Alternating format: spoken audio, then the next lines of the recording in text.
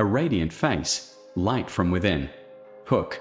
Have you ever met someone who, the moment they walk into a room, it feels as if the whole space lights up? You know, I once met an old woman at a small rural temple. She wasn't rich. She wore simple clothes. Her face was lined with age, but there was something about her presence.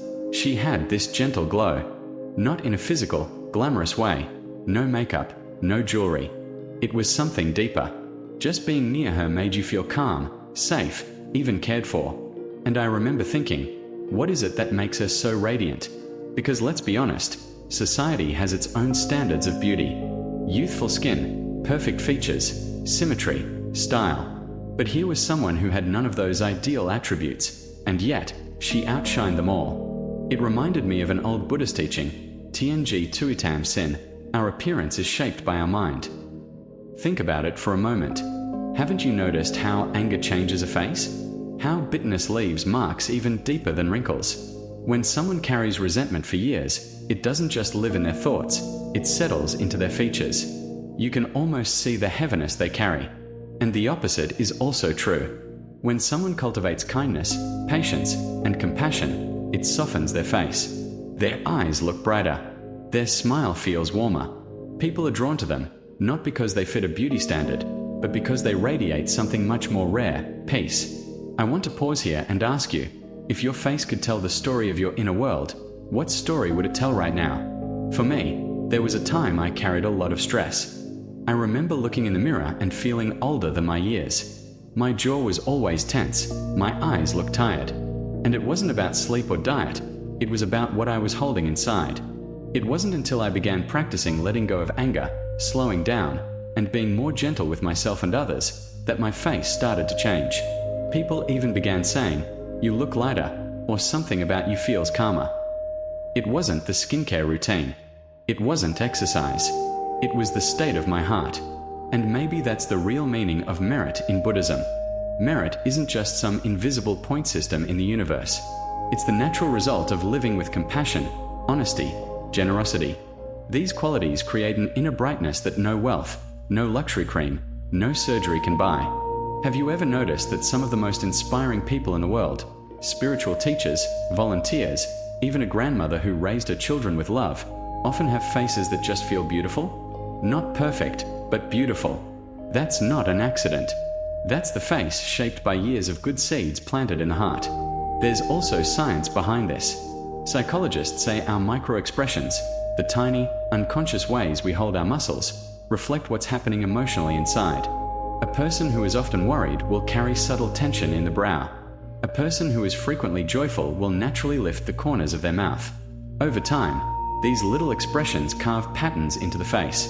It's as if the face becomes a diary, recording the emotions we repeat the most. So here's the question worth asking. What expressions are you writing into your own face every day? I know some people spend hours each day worrying about how they look. The perfect skincare, makeup, filters, lighting. And there's nothing wrong with wanting to look good. But maybe the deeper beauty, the kind that shines even without cosmetics, comes not from the products on our skin, but from the peace in our heart. The woman I told you about at the temple, she didn't glow because of what she applied on the outside. She glowed because of decades of kindness, of living without bitterness, of choosing to forgive instead of holding grudges. That's why the old teaching is so true. Merit and karma shape our appearance more than we realize. So here's the takeaway. If you want a face that shines, start with your mind. If you want to be more beautiful in the eyes of others, don't just change your hairstyle or wardrobe. Nourish your compassion, patience, and peace. Because people don't remember your features as much as they remember how they felt around you. A gentle heart creates a gentle face. A peaceful heart creates a radiant face. Closing message. Want a kind, harmonious appearance? Begin with a kind, harmonious heart. And here's the little preview for the next video. If the face reflects our heart, then what about the eyes, the windows of the soul? What truths do they reveal? So stay with me, because in the next part, we'll dive into the secret language of the eyes. Warm words, planting merit through speech. Hook. A single word can break a heart, but a single word can also save a life. Have you ever thought about how powerful words are? Most of us grew up hearing, "Sticks and stones may break my bones, but words will never hurt me. And yet, as adults, we know that's not entirely true. Sometimes it's not the physical wound that lingers, but the words we can't forget. The cruel comment from a parent, the careless remark from a friend, the criticism that echoes in our minds for years. But if words can cut so deeply, they can also heal just as profoundly. I once met a man who worked as a janitor at a small community center. He didn't have much money, he lived a modest life. But people in the neighborhood respected him deeply. Why? Because he had this gift. He always knew how to say the right thing at the right time. When someone was discouraged, he would offer a few words of encouragement. When someone was angry, he'd say something calm that softened their mood. His words weren't fancy or poetic. They were simple, but they were filled with kindness. Over time, people trusted him, looked up to him, and even sought his advice, though he wasn't rich, famous, or educated in a traditional sense. That's when I realized, wealth isn't only measured in money. Some people are rich in compassion, rich in wisdom, rich in the way they use their words. And that richness attracts respect more than gold ever could. There's a saying in Buddhism, merit is planted with speech when speech is kind. Think about that. Every word you speak is like planting a seed. Harsh words plant the seeds of distance, resentment, and mistrust. Gentle words plant the seeds of connection, trust, and respect. Over time, those seeds grow into the relationships we live within. So the question is, what kind of garden are you planting with your words? Let me share a personal story. There was a time in my life when I was under a lot of stress. Without realizing it, I became sharp with my words. I wasn't yelling, but I was impatient. If someone made a mistake, I'd correct them bluntly. If someone shared an idea, I'd cut it down quickly. I thought I was just being efficient, but the truth is, people began avoiding me. The energy in the room shifted whenever I spoke. One day, a friend told me, "You don't know how harsh you sound sometimes." That hit me hard. It wasn't what I wanted to be remembered for. So I began practicing mindfulness with my speech, pausing before I spoke, softening my tone, asking myself, is this helpful? Is this kind? Slowly, something amazing happened. Not only did my relationships improve, but I started feeling lighter inside. My own heart became calmer. And that's when I truly understood this teaching. Kind words don't just bless the listener, they bless the speaker too. Now, imagine this. You're walking down the street and someone suddenly says, "You look great today." How does it make you feel? Just a small comment, but it brightens your mood, maybe even your whole day. Now imagine if we could offer that gift to others regularly. What if your words could be the reason someone doesn't give up today? What if your encouragement is the thing that reminds them they matter? And here's the beautiful truth. It doesn't cost us anything to speak kindly. No investment, no training, no tools, just intention. Yet the returns are immeasurable. Modern science even backs this up. Researchers studying the impact of words on the brain found that positive words like love, peace, hope activate areas of the brain that promote well-being and reduce stress. Negative words, on the other hand, trigger the amygdala, the fear center, releasing stress hormones and raising anxiety levels. So when spiritual traditions teach us that kind words bring blessings, it's not just metaphorical. There's a biological reality. Our bodies, our relationships, our communities, all respond to the energy carried in our words. Let's go deeper. In Buddhism, we talk about right speech as part of the Noble Eightfold Path. It means avoiding lies, harsh speech, gossip, and idle chatter, while choosing words that are truthful, kind, and beneficial. Think of it like this. Every word we speak is like sending a ripple into a pond. The ripple expands, touches the edges, and sometimes comes back to us. If we send out anger, it multiplies. If we send out kindness, it multiplies too. Which ripple do you want to set in motion today? I sometimes wonder, if every word we spoke appeared in the air as visible colors, what colors would follow you around? Would they be heavy, dark shades of anger and complaint? Or would they be warm, glowing hues of encouragement and kindness? If someone looked at the aura of your speech, what would they say? It's a humbling thought, isn't it? The janitor I mentioned earlier, he never raised his voice, never spoke ill of others. Decades later, people in the community still tell stories about him. Not about what he owned, but about how he made them feel. That's his legacy. And maybe that's what we should all remember. Our legacy isn't written only in achievements, but in the words we leave behind in people's hearts. So here's the heart of today's message. When you speak with compassion, you're not just planting merit in someone else's life, you're planting merit in your own. Because every kind word strengthens your own habit of kindness. Every gentle response makes you a little more peaceful inside. And over time, that becomes part of your face, your energy, your very being. Closing message. When you speak with compassion, you don't just bless the listener, you bless yourself. Warm words are seeds of merit, shaping the relationships, the peace, and the future you live in. Teaser for next video. But what about the eyes, the windows of the soul? They, too, reveal secrets about our inner merit. What do your eyes say about you? We'll explore that in the next video. Gentle eyes, the windows of merit. Hook. Do you believe that the eyes never lie? There's something mysterious about the eyes.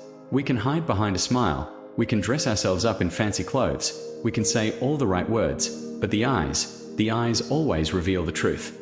Think back for a moment. Have you ever met someone, maybe a stranger, and within seconds you felt like you could trust them? Or maybe the opposite. What was it that gave you that feeling? More often than not, it was their eyes. Let me tell you a story. There was once an elderly woman I knew. She didn't have much in terms of wealth. Her house was small, her possessions simple. But the moment you sat with her, the moment she looked at you, you felt an incredible peace. Her eyes were calm, soft, and full of warmth, like looking into a quiet lake on a clear day. Children loved sitting next to her. Adults found themselves opening up about their struggles, as if her gaze gave them permission to be vulnerable. She didn't even need to say much. Her eyes spoke for her. And here's the thing, she wasn't born with this expression.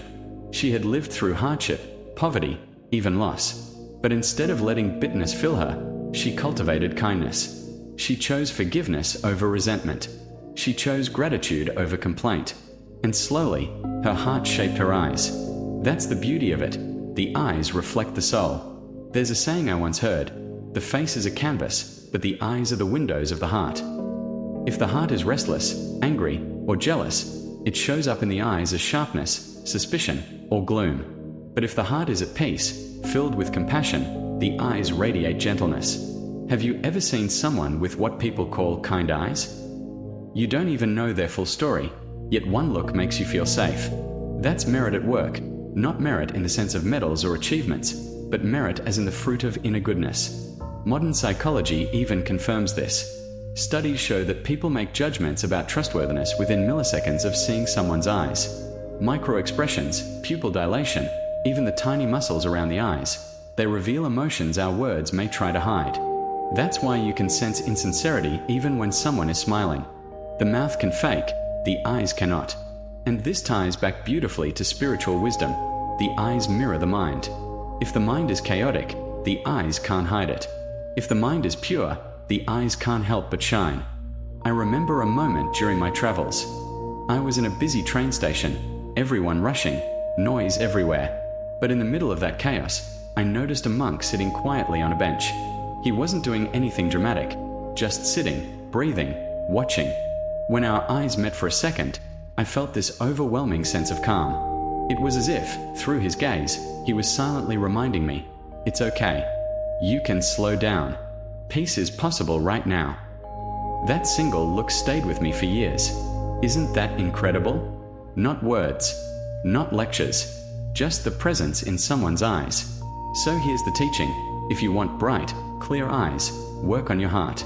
No amount of makeup, no expensive cream, no cosmetic trick can give you the glow that comes from an unburdened soul. Anger makes the eyes harsh.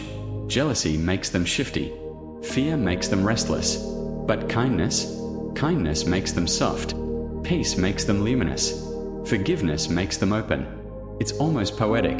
Clean the mind, and the eyes clean themselves. Let me ask you something. When was the last time you really looked into the mirror? Not just at your face, but into your eyes. What did you see there? Was it stress? Was it fatigue? Or was there a softness, a spark of joy? And more importantly, what do the people around you see when they look into your eyes? Do they see safety? Do they feel understood? Or do they sense tension, anger, or judgment? These are hard questions, but they're worth asking. Because whether we like it or not, our eyes are constantly communicating with the world. I'll share a personal perspective. There was a time when I carried a lot of resentment. I didn't notice it at first, but people often asked me if I was upset, even when I wasn't saying anything. My eyes, apparently, were telling on me. I thought I was being strong, stoic, but really, I was leaking my inner struggle through my gaze. It wasn't until I began practicing forgiveness, truly letting go of old grudges, that something shifted. One day, a close friend said, "You look lighter somehow. Your eyes are softer." That comment struck me. It made me realize that inner work doesn't stay inside. It writes itself onto our faces. So maybe that's the deeper message. The eyes are like lanterns. What fuel are you burning inside? If it's anger, the light will flicker harshly. If it's peace, the glow will be steady and warm. This is why in so many spiritual traditions, saints, sages, and enlightened beings are described as having radiant eyes. Not because of magic, but because their hearts are free. Let's get practical for a moment. How do we cultivate eyes that radiate peace? Practice forgiveness. Every grudge you carry darkens your gaze. Release it, not for them, but for your own peace. Spend time in gratitude. Gratitude softens the eyes. When you see life as a gift, your gaze naturally becomes gentle. Meditate or simply breathe. A calm mind brings calm eyes. Even a few minutes of stillness each day can shift your expression. Choose compassion. When you try to understand instead of judge, your eyes reflect that openness. Try it for a week. See how people respond differently. You may be surprised. And here's the most profound part. Our eyes are not only windows, they're also mirrors. When we look at someone with kindness, we invite them to see kindness in themselves. When we gaze with judgment, we invite them to feel small. That's how powerful our eyes are. They don't just reflect our inner world, they shape the world of others. So, the takeaway is simple yet life-changing. If you want bright eyes, don't start with makeup, start with the heart. Wash away anger, let go of hatred, and your eyes will shine naturally. Closing message. The eyes never lie. They are the living testimony of your inner peace or inner turmoil. If you want your eyes to shine, cultivate peace inside. That is true beauty, that is true merit. Teaser for next episode. And if the eyes reveal the soul, what about the way we carry ourselves? Our walk, our posture, do they also reflect our merit? In the next video, we'll explore what your body language says about your inner blessings. Steady steps. Inner strength from merit. Hook. They say if you watch the way someone walks, you can already tell a lot about who they are. Think about that for a moment. Walking is something we do every single day, yet most of us rarely pay attention to it. We rush from one place to another, always in a hurry, always carrying the weight of stress. But have you ever noticed how a person's walk can reveal what's going on inside of them? Some people walk with nervousness, fast, restless, always looking around. Others walk with heaviness, as though every step is a burden. But then, there are those rare individuals who walk slowly, steadily, and with a kind of presence that makes you want to slow down too. Let me share a story. Years ago, I visited a small monastery tucked away in the mountains. Every morning, the monks would walk together down the path to collect alms. There was one monk in particular, an older man, who caught my attention. He wasn't flashy. He didn't speak much. But the way he walked, step by step, calm, unhurried, felt like poetry. Even though dozens of people walked on the same road, somehow his presence changed the entire atmosphere. Vendors, children, even busy workers paused for a moment, as if drawn into his rhythm. Just by walking, he made people feel peaceful. It struck me then, inner strength is not shown by loud words or big gestures. Sometimes, it's revealed in something as simple as the way we take a step. And this makes sense. In many spiritual traditions, walking meditation is considered just as important as sitting meditation. Why? Because how you walk reflects how you live. If the mind is scattered, your walk will be scattered. If the mind is grounded, your steps will be grounded. Each step is like a mirror of the inner world. But let's look at it from a modern perspective too. Psychologists and even criminologists study gait, the way people walk, to assess personality and even mood. Researchers have found that anxious people tend to walk faster with shorter steps. Confident people walk upright, steady, with shoulders relaxed. It's fascinating, isn't it? Our bodies are constantly speaking a language, even when we are silent. And that language often tells the truth about what's happening inside us. So here's the spiritual teaching. When the body, the speech, and the mind are aligned in peace, blessings naturally show themselves, even in something as ordinary as walking. Imagine this. Every step you take can either spread anxiety or spread calmness. If you walk into a room in a rush, your energy infects the space. People feel tense. But if you walk in slowly, grounded, breathing deeply, you remind others that peace is possible. That's not just walking. That's transmitting merit. Let me ask you a personal question. When was the last time you really noticed your own walk? Do you walk like someone who's always late for life? Or do you walk like someone who knows that every step is life itself? I'll be honest with you. There was a period in my life when I always walked fast. Too fast. Even when I had nowhere urgent to go. My mind was always 2 steps ahead, worrying about the next thing. People often told me, "Slow down, you look stressed." But I didn't realize that my pace was not just exhausting me, it was affecting the people around me too. It wasn't until I started practicing mindful walking that I understood what it means to carry peace in your steps. At first, it felt awkward. Slowing down felt like wasting time. But gradually, I noticed something. My breathing deepened, my shoulders relaxed, and my thoughts softened. And people around me reacted differently. They smiled more, conversations flowed more gently. That's when I learned, your steps don't just carry your body. They carry your energy. Think of a parent walking with their child. If the parent is rushing, pulling the child along, the child feels pressured. But if the parent slows down, holding the child's hand, walking steadily, the child feels safe. Or think of a leader walking into a meeting. If they storm in with hurried steps, people feel intimidated. But if they walk in calmly, confidently, people feel reassured. Walking is not just physical, it's relational. It affects everyone around you. So maybe we can reframe it like this. Every step is a message. What message are your steps sending? Are they saying, "I'm stressed, I'm late, I'm burdened"? Or are they saying, "I am here, I am present, I am at peace"? Here's a simple practice I'd like to invite you to try. Tomorrow morning, when you get out of bed, before rushing into the day, pause. Take 1 step slowly, with awareness. Feel the ground under your foot. Breathe. Then take another. Just 2 mindful steps before you start your day. It sounds simple, almost too simple, but it can change the tone of your entire morning. And if you continue this throughout the day, even for a few moments, you'll begin to notice. Your mind softens, your body relaxes, and strangely, people around you begin to feel more at ease too. That's the hidden power of steady steps. I'd like you to imagine for a second, what if every step we took was a prayer? Not a prayer of words, but of presence. A prayer that says, "May this step bring peace. May this step carry kindness. May this step leave a mark of blessing on the earth." If we walk like that, the world around us would feel very different. Let me circle back to the main teaching. When the body is calm, when the speech is kind, and when the mind is at peace, then merit shows itself in everything we do. It shows in the way we smile, in the way we listen, and yes, even in the way we walk. So maybe it's true. Each steady step is not just a movement, it's the footprint of your blessings. Closing message.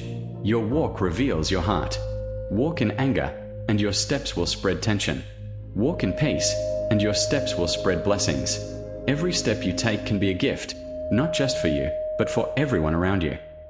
Teaser for next episode. And if our steps carry hidden messages, what about our hands? These 2 simple tools we use every day. They reveal more about our inner life than you might imagine. In the next video, we'll explore the secret language of the hands. Open hands. Giving is receiving. Hook. They say an open hand is always full of blessings. Have you ever noticed how some people, even though they don't seem wealthy, never seem to lack what they need? They always have enough food to share, enough kindness to offer, enough energy to support others. It's as if life keeps giving back to them, again and again. And then, on the other hand, there are those who hold on tightly. They may have plenty, money, possessions, opportunities, but because they're always clutching, always afraid of losing, their hands never feel full. Strange, isn't it? Let me share a story. I once knew an elderly woman who lived in a very modest home. She didn't have much by material standards, Her clothes were simple, her meals were plain, and her income was just enough to get by. But if a guest visited, she would immediately bring out tea, fruit, or even the last piece of bread she had. I asked her once, "Aren't you afraid that if you give too much, you'll be left with nothing?" She smiled and said, "Child, my hands are small. If I keep them closed, they can only hold a little. But if I keep them open, life keeps filling them." That conversation has stayed with me for years, because she was right. Somehow, her life always flowed with enough, never more than she needed, but never less either. This is not just a sentimental idea. It's a deep truth. When we give, we create space for blessings to flow back in. Think about it. Nature itself runs on this principle. The tree gives fruit, and because of that, seeds spread and new trees grow. The river gives water, and because of that, life flourishes along its banks. The sun gives light without hesitation, and in return, it becomes the very source of all life on earth. If nature hoarded, life would stop. And in the same way, when humans hoard, our spirit starts to dry up. Now, some people think giving means losing. If I give, I'll have less. But here's the paradox. Giving doesn't subtract, it multiplies. Have you ever noticed how generosity creates connection? If you give someone your time, your attention, or your care, you don't lose those things. You grow trust, love, and friendship in return. When you give money to help someone in need, you don't just lose a few dollars. You plant a seed of goodness that returns as peace in your heart, as respect from others, and often, in surprising ways, as opportunities you never expected.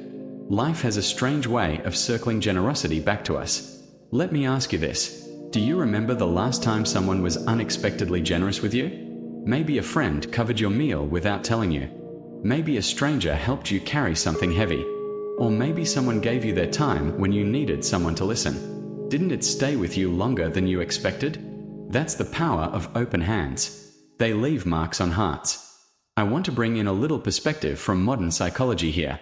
Studies show that people who give, whether it's money, time, or even just acts of kindness, tend to be happier and healthier.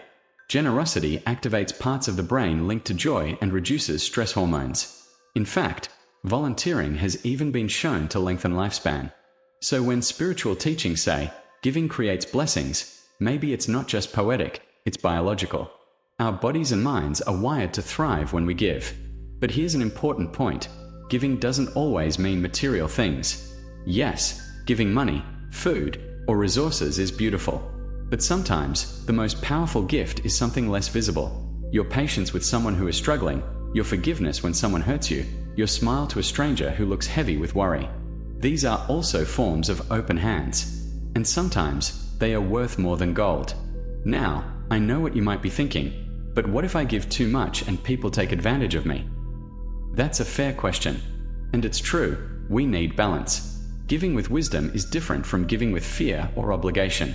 The key is to give from abundance, not from emptiness. If you give because you're afraid of rejection, or because you want approval, that's not true generosity, that's bargaining. But if you give because your heart is full, because you know that love grows by being shared, then your giving will never leave you empty. As one teacher once said, you can't pour from an empty cup. But when your cup overflows, it naturally spills into other hands. I'll share a personal reflection here. There was a time in my life when I thought I had to protect everything. My money, my time, even my emotions. I thought, if I give too much, I'll have nothing left for myself. So I built walls. I said no to opportunities to help. I avoided situations where people might ask for support. But do you know what happened? Instead of feeling safe, I felt lonely. Instead of feeling full, I felt small. It wasn't until I started giving again, buying a meal for someone hungry, offering a listening ear, even just smiling at strangers, that I realized giving didn't drain me. It expanded me. My heart grew bigger. My world grew warmer. And life, in its own mysterious way, gave back. So here's the teaching in simple words. A closed hand can never be filled. An open hand is always ready to receive. When we clutch too tightly, whether to money, to status, to pride, we block the flow of life. But when we release, when we give, when we open our hands, suddenly, blessings find their way back to us. I want to leave you with a gentle challenge. This week, open your hands at least once a day. Not always with money, but in some small way. Share food, share time, share a smile. Pay attention to how it feels. Notice how people respond. Notice how your own heart responds. And then ask yourself, what kind of life do I want to live? One with closed hands, always clutching and fearful? Or one with open hands, always giving and receiving? Closing message. An open hand never stays empty. What you release in kindness, life returns to you in blessings. Hold too tightly, and your hand will always feel small. Open it, and you'll find it can hold the whole world. Teaser for next episode. And if our hands reveal the secret of giving, what about something even smaller, a simple smile?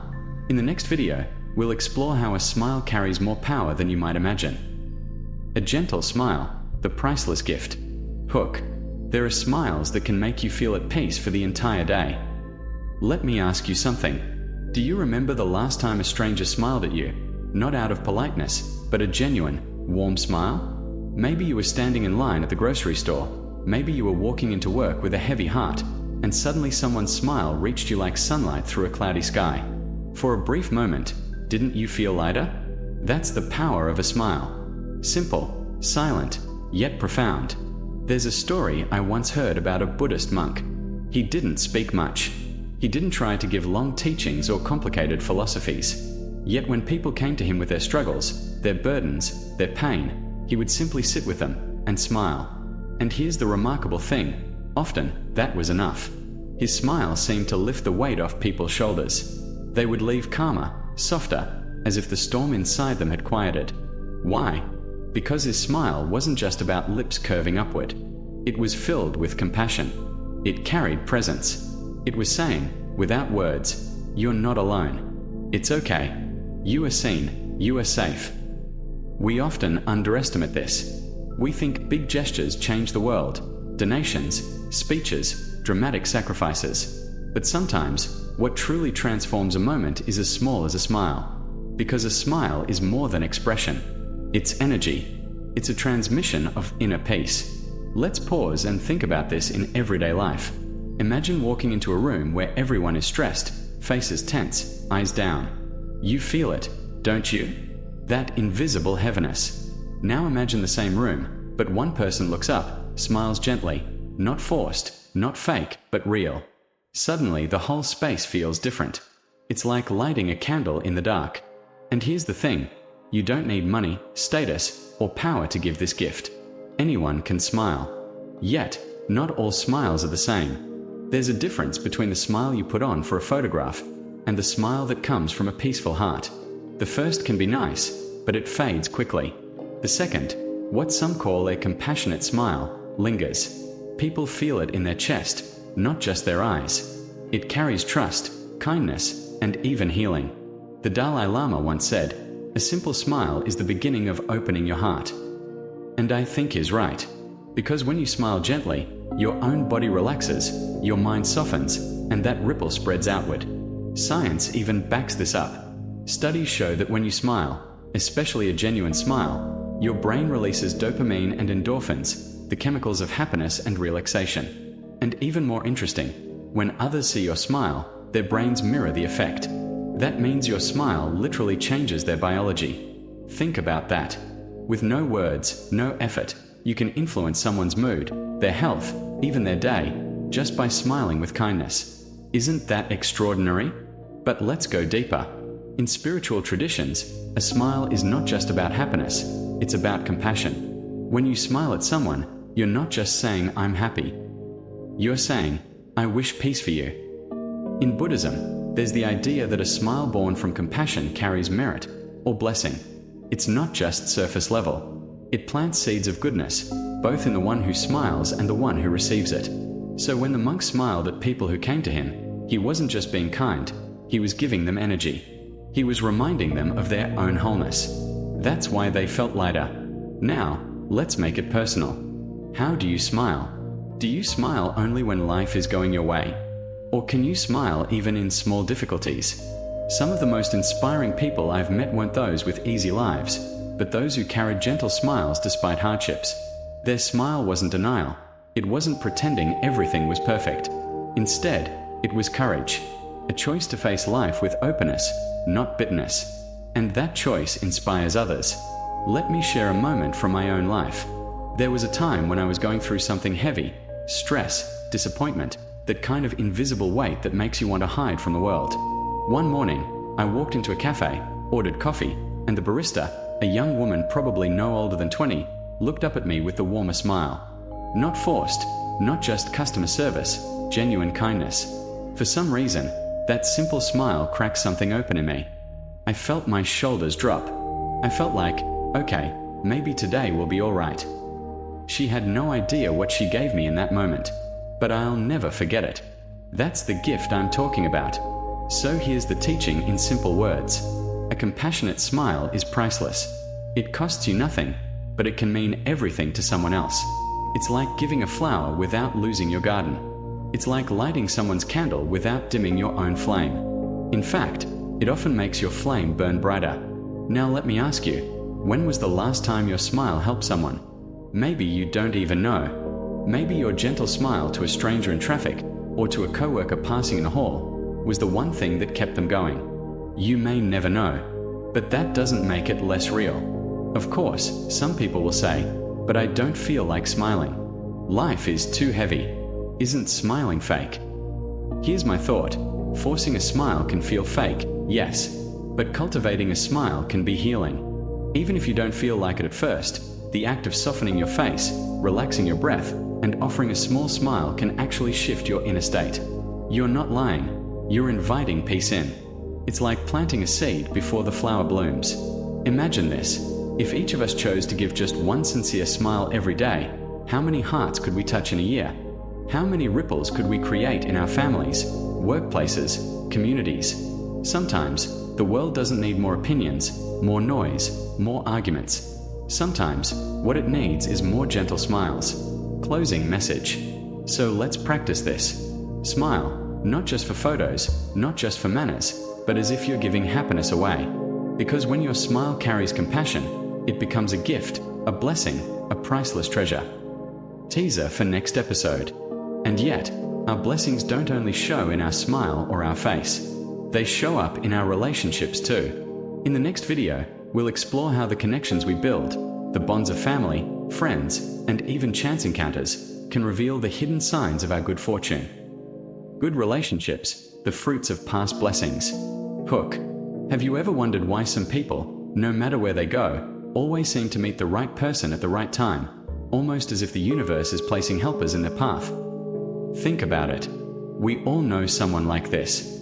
They're not necessarily wealthy or powerful, but whenever they stumble, a hand appears to lift them up. Whenever they are lost, someone offers guidance. It's as if they walk through life surrounded by invisible allies. Meanwhile, others might feel the opposite, constantly struggling, facing closed doors, never quite meeting the right people. Why does this happen? Is it just luck? Coincidence? Or could there be something deeper at play? There's a story of a kind-hearted man I once knew. He wasn't rich, not even close. In fact, his life was full of challenges. Jobs came and went, money was tight, health wasn't always stable. Yet, no matter what hardship came his way, somehow there was always someone stepping in at the right moment. When he couldn't pay rent, a friend unexpectedly offered him a room to stay. When he was sick, a neighbor brought food without even being asked. When his business collapsed, an old acquaintance reconnected and gave him an opportunity to start again. People used to say, "He's so lucky." But if you looked closely, you'd see, this wasn't just luck. It was the reflection of his nature. He had spent years quietly helping others, sharing what little he had, offering encouragement, never turning his back when someone needed him. So when his own storms came, those seeds he had planted bloomed into helping hands. This is what spiritual traditions call blessings in relationships. The idea is simple. The good you've done in the past, whether in this lifetime or, according to some beliefs, even previous ones, creates connections. These connections attract what we call good fortune in human form. People show up when you need them most. They're not accidents. They're echoes of kindness you've given before. And here's the part that touches me deeply. Often, the people who show up to help us aren't always the ones we expect. It might not be your family. It might not even be your closest friends. Sometimes, it's a stranger at the airport, a colleague you barely talk to, or even someone you meet for the very first time. Yet in that moment, they become a noble friend, a guide, a rescuer. Haven't you experienced this? That uncanny timing, when someone appears with just the advice, support, or opportunity you desperately needed. It makes you wonder, maybe there really are no coincidences. Maybe relationships are the hidden threads weaving our destiny. But here's the question that matters. If we want to meet noble people in our path, how do we make that happen? The answer is as simple as it is profound. Be a noble person to others first. If you want kindness, give kindness. If you want loyalty, be loyal. If you want to attract people who lift you up, then make a habit of lifting others. Because the truth is, good fortune isn't random, it's relational. The quality of the people around us mirrors the quality of what we've put out into the world. Let me share a personal reflection. I once went through a period in life where I felt alone, unsupported. No one seemed to show up when I needed them. And I realized, painfully, that for years I had been living only for myself. I was so busy chasing my own goals, protecting my own comfort, that I rarely paused to be present for others. It wasn't that people didn't care, it's that I hadn't planted those seeds of care. So I decided to change. I started small, checking in on friends more often, lending a hand even when inconvenient, listening without rushing to give advice. At first, nothing dramatic happened. But over time, I noticed something shift. People began showing up for me, too, not out of obligation, but out of genuine willingness. It was then I understood. Life mirrors back what we give. Psychology even supports this. There's a concept called reciprocity norm. It basically means that when we do something kind for someone, they feel a natural pull to return that kindness, maybe not immediately, maybe not directly, but eventually. Multiply that across dozens of relationships, and suddenly, your life feels supported by a network of goodwill. And spiritually, many traditions echo the same truth. Your relationships are the fruits of seeds planted long before. Let's pause here. I want you to ask yourself, who are the noble friends that have appeared in your life when you needed them? And just as importantly, whose story have you stepped into as their noble friend? Because sometimes we are so focused on what we receive that we forget to see the quiet blessings we've already been in someone else's life. There's a beautiful saying, if you want to meet angels, first learn to be an angel. In more practical words, if you wish for generous relationships, then live generously. If you long for trustworthy people, then be trustworthy yourself. If you hope for kindness, then practice kindness without keeping score. That's how blessings flow. Not from wishing, but from embodying. Now, let's be clear. This doesn't mean life will be free of betrayal or loneliness. We all face times when support is missing, when people let us down. But even those moments teach us something. Sometimes, they push us to strengthen our inner resources. Sometimes, they guide us to new circles, new communities where healthier connections await. And sometimes, even when you feel abandoned, life is quietly rearranging itself, preparing the right person to appear when the timing is right. Let's return to the opening question. Why do some people always seem to meet noble helpers? Because the energy they carry, the compassion, the generosity, the sincerity, creates an invisible magnet. And people, whether they realize it or not, feel drawn to it. So if you want noble people in your life, the path isn't about searching desperately for them. The path is becoming that noble presence yourself. Then, like a mirror, life reflects it back to you. Closing message. So remember this. If you want to meet noble friends, practice being one. Every act of kindness, every moment of generosity, every time you show up for someone, it all weaves into the unseen fabric of your future. And when the day comes that you stumble, those threads will form a net, catching you, lifting you, reminding you that you are never truly alone. Teaser for next episode. Of course, relationships are not the only sign of blessings. There's another treasure, often overlooked, that shows how fortunate a person truly is. Not money, not possessions, but something far deeper, the wealth of the spirit. In the next video, we'll explore why spiritual wealth is perhaps the greatest fortune of all. A spacious heart, the true wealth of the blessed. Hook. They say gold and silver can buy comfort, but there is one treasure far greater than money, a generous heart. Have you ever met someone who wasn't rich, maybe not even successful by society's standards, yet wherever they go, they're deeply loved? People smile when they arrive, they're missed when they're gone, and somehow they seem to carry a quiet abundance. an invisible wealth that doesn't show up on a bank statement. That wealth, my friends, is the size of their heart. There's an old story about a man in a small town. He didn't own much, just a modest home, a simple job. But everyone who knew him felt richer simply by being in his presence. Why? Because he never counted favors. If you needed help moving furniture, he was there. If you were short on money for groceries, he quietly left a bag at your door. If you were having a bad day, he'd sit with you, listen, and somehow you'd walk away lighter. People used to ask him, "Don't you worry about giving too much, about being taken advantage of?" He'd laugh and say, "A heart doesn't get smaller when you use it. It grows." And that's the truth. The more spacious your heart, the greater your blessings. Now let's pause here. In today's world, we are constantly told to measure wealth by numbers, income, savings, investments, assets. But deep down, we know money can buy a house, but not a home, medicine, but not health, company, but not true friendship. A generous heart, however, creates bonds that money can't.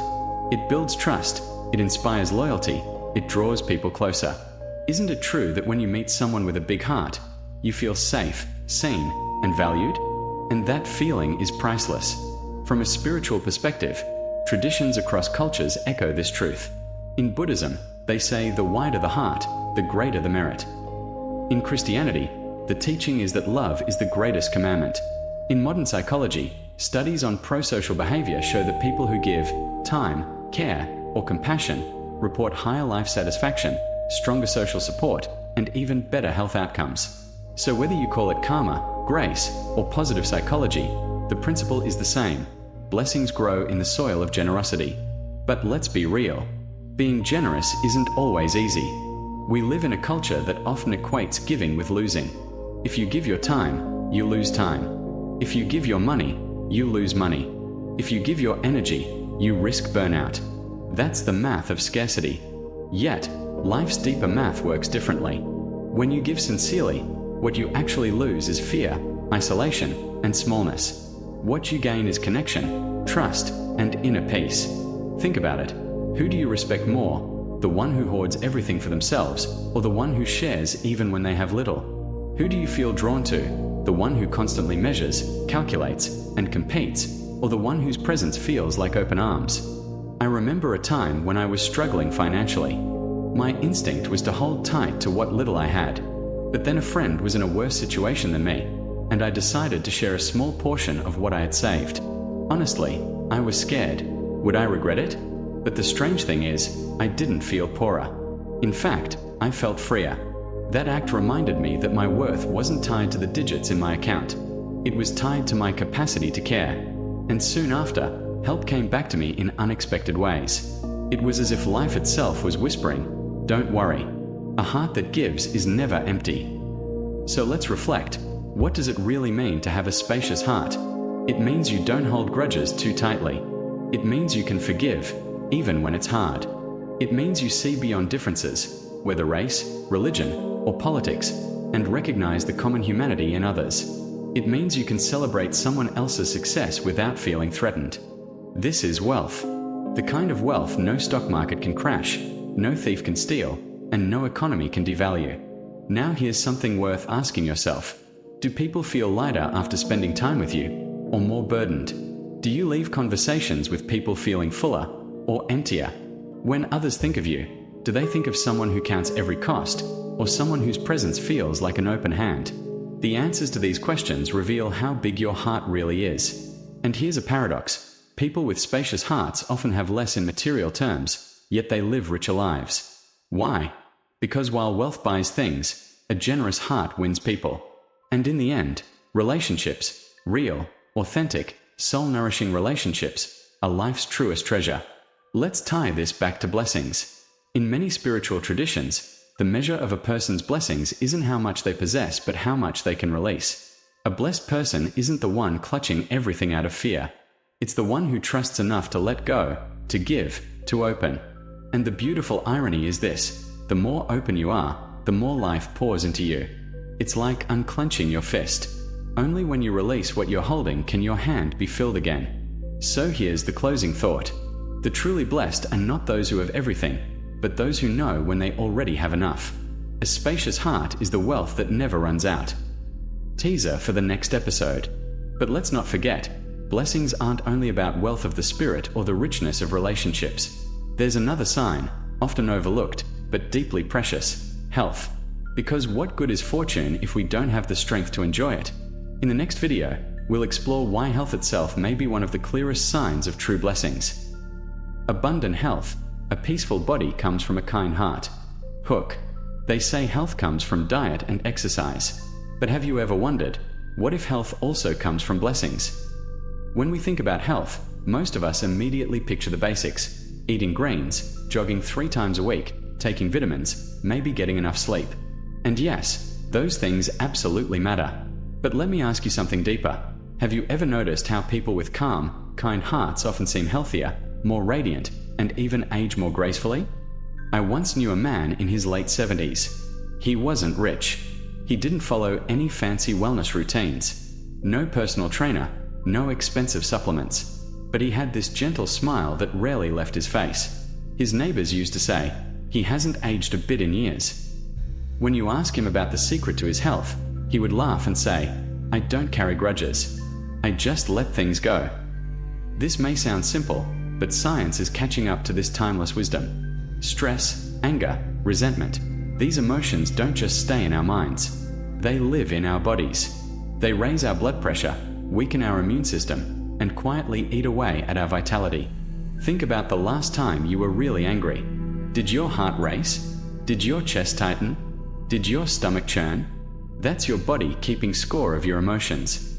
Now imagine living in that state, day after day, year after year. No matter how perfect your diet is, no matter how many hours you spend in the gym, if your mind is constantly on fire, your body will burn out. In Buddhism, there's a simple teaching: when the mind is at peace, the body rests in ease. In other words, inner calm isn't just a luxury, it's medicine. And it makes sense. A generous, forgiving, loving heart doesn't constantly drain itself with battles. It conserves energy. It allows the body to function naturally, without unnecessary stress. That's why so many traditions say, a peaceful heart is the foundation of true health. Now, let's flip this around. What happens when we cling to anger, greed, or envy? It's like carrying poison in your bloodstream. You may not see the damage immediately, but over time it corrodes everything. Your relationships suffer, your sleep is restless, and your body pays the price. I once met a successful businessman who admitted something to me. He had wealth, power, influence, but he couldn't sleep more than 3 hours a night. His mind was always chasing, always worrying, always comparing. "I built an empire," he told me, "but I lost my peace, and with it, my health." It was a striking reminder that health isn't only about what you put on your plate. It's about what you carry in your heart. Here's a question for you. When you look at your life, are you nourishing your body but neglecting your spirit? Do you spend hours planning your meals and workouts, but no time calming your mind or softening your heart? Are you feeding stress more than you feed kindness? Because the truth is, a mind full of resentment can ruin even the cleanest diet. A heart full of compassion can heal in ways medicine alone cannot. And I want to be clear, this doesn't mean we abandon modern health practices. Absolutely, eat well, move often, get good sleep. But understand this, those are only half the picture. The other half is invisible. The energy of your thoughts, the softness of your heart, the peace of your spirit. That's why so many elders in spiritual traditions live long, healthy lives. It's not that they had perfect diets, it's that they cultivated peace, forgiveness, and gratitude. They didn't waste energy on endless grudges or the poison of comparison. I'll share something personal. There was a time in my life when I carried a lot of resentment. I felt wronged, overlooked, even betrayed by certain people. And while my mind replayed those stories, my body carried them too. My chest was heavy, my sleep was shallow, and I was constantly fatigued. One day, during a meditation retreat, a teacher said something that cut straight through me. Holding onto anger is like drinking poison and expecting the other person to die. It shocked me awake. I realized I was poisoning my own health with emotions that served no purpose. Slowly, I began practicing forgiveness, not to excuse what happened, but to free myself from it. And you know what? My body changed. My sleep improved. My face looked lighter. Even my digestion got better. It was as if my body had been waiting for my heart to let go. So here's the takeaway. Health is not just the absence of illness. It's the presence of peace. If you want to live long, take care of your body. But if you want to live well, take care of your heart. A kind person not only blesses others, they bless themselves. Every act of generosity reduces stress. Every moment of forgiveness lightens the load. Every thought of compassion releases healing into the body. Let me ask you, would you rather live to 90, but in constant bitterness, aches, and anxiety, or live to 80, but with peace, laughter, and love? True health isn't just about the number of years. It's about the quality of those years. And quality comes from the heart. So let's close with this thought. The body heals when the heart rests. The body thrives when the mind is kind. To guard your health, guard your heart. Teaser for the next episode. And this brings us to the final, most essential question. What is the core of building blessings in life? If health, relationships, and peace are signs of blessings, then how do we actually cultivate the root of it all? In our next video, we'll uncover the ultimate key to accumulating true merit. A peaceful heart, the root of all blessings. Hook. They say the greatest blessing isn't wealth, success, or even long life. The greatest blessing is a peaceful heart. Have you ever noticed that some people seem to have everything? Money, status, comfort, but they're restless, anxious, or even deeply unhappy. And on the other hand, there are those with very little, maybe even living in modest circumstances, yet they radiate joy, calm, and kindness. It makes you wonder, what really makes a person blessed? I remember a story about a wealthy businessman. He owned multiple properties, luxury cars, even a private yacht. From the outside, people envied his success. But behind closed doors, he confessed, "I can't sleep without medication. I live in constant fear that I'll lose everything. My wealth grew, but my peace disappeared." Contrast that with a woman I once met in a small countryside village. She lived in a tiny wooden house. Her clothes were simple, her meals were plain. Yet when you sat with her, she radiated such warmth that you felt safe, even cherished, just by being near her. She laughed easily. She had little, but her heart was abundant. So who is truly blessed? This question lies at the heart of today's reflection. Because every sign of blessing we've talked about, kindness, health, good relationships, a radiant face, a generous spirit, they all point back to one source, a peaceful heart. Without it, blessings feel empty. With it, even the smallest things in life shine like treasures. Let's dig into this. Why does a peaceful heart matter so much? Because everything begins in the mind. If your mind is restless, even the sweetest fruit tastes bitter. If your mind is calm, even a simple glass of water feels refreshing. Peace of mind transforms how we experience life. Think about your own days. When you're anxious, angry, or jealous, the world feels heavy, doesn't it? Time drags, people irritate you, even small inconveniences feel unbearable. But when you're at peace, maybe after a walk in nature, or after forgiving someone, or after a deep breath in meditation, the same world feels gentle. Nothing has changed outside, but everything has changed inside. That is the power of the heart. Buddhism teaches, all blessings arise from the mind. It doesn't mean material wealth or luck magically appear out of nowhere. It means the way you experience life, the quality of your relationships, and even your physical health are deeply tied to the state of your heart. Let me ask you, have you ever met someone whose face looked bright and youthful, not because of beauty products, but because of inner peace? Or someone who aged quickly because stress and bitterness wore them down? This isn't superstition, it's reality. The heart paints itself onto the body. Peace shows up in the eyes, the skin, the smile. Anxiety shows up in the wrinkles, the tension, the heavy sighs. Now here's the paradox. We often chase blessings in the outside world. More money, more possessions, more recognition. And yet, without inner peace, these blessings don't feel like blessings at all. I think of a man who once said, "I worked so hard to provide for my family, but in the process, I lost myself. My children have everything I never had, yet I barely know them. My house is full, but my heart is empty." This is the tragedy of forgetting the root. A peaceful heart is not about escaping responsibility or ignoring the real challenges of life. It's about carrying those responsibilities with balance, with calm, without letting fear or greed swallow you whole. So how do we nurture a peaceful heart? It doesn't come from one grand achievement.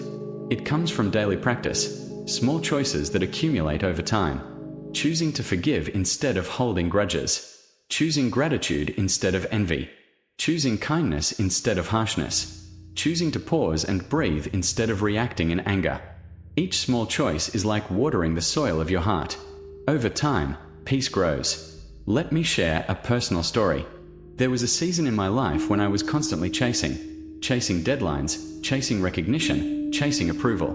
My calendar was full, my mind was noisy, and my heart was restless. One day, a mentor asked me, if you reached everything you're chasing, but lost your peace, would it still be worth it?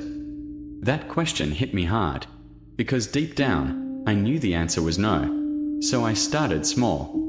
I began setting aside just 5 minutes each morning to sit in silence. No phone, no plans, just breathing. At first, it felt uncomfortable, but over time, I noticed something shifting. I was less reactive, more patient, more grateful for little things, like sunlight streaming through a window or a simple meal with loved ones. Peace didn't come all at once, but it grew quietly, like a seed breaking through the soil. And here's what surprised me most. As my heart grew calmer, my work improved, my relationships deepened, and even my health felt stronger. It was as if every blessing I'd been chasing outside was waiting to sprout from the inside. So let's return to the core truth. The greatest blessing is not in what you own, but in how you live. Not in the weight of your wallet, but in the lightness of your heart. When your heart is at peace, your face glows naturally. Your relationships blossom. Your health flourishes. Your life feels abundant, no matter how simple it looks on paper. This is the secret of all blessings. Everything begins and ends in the heart. So here's my invitation for you.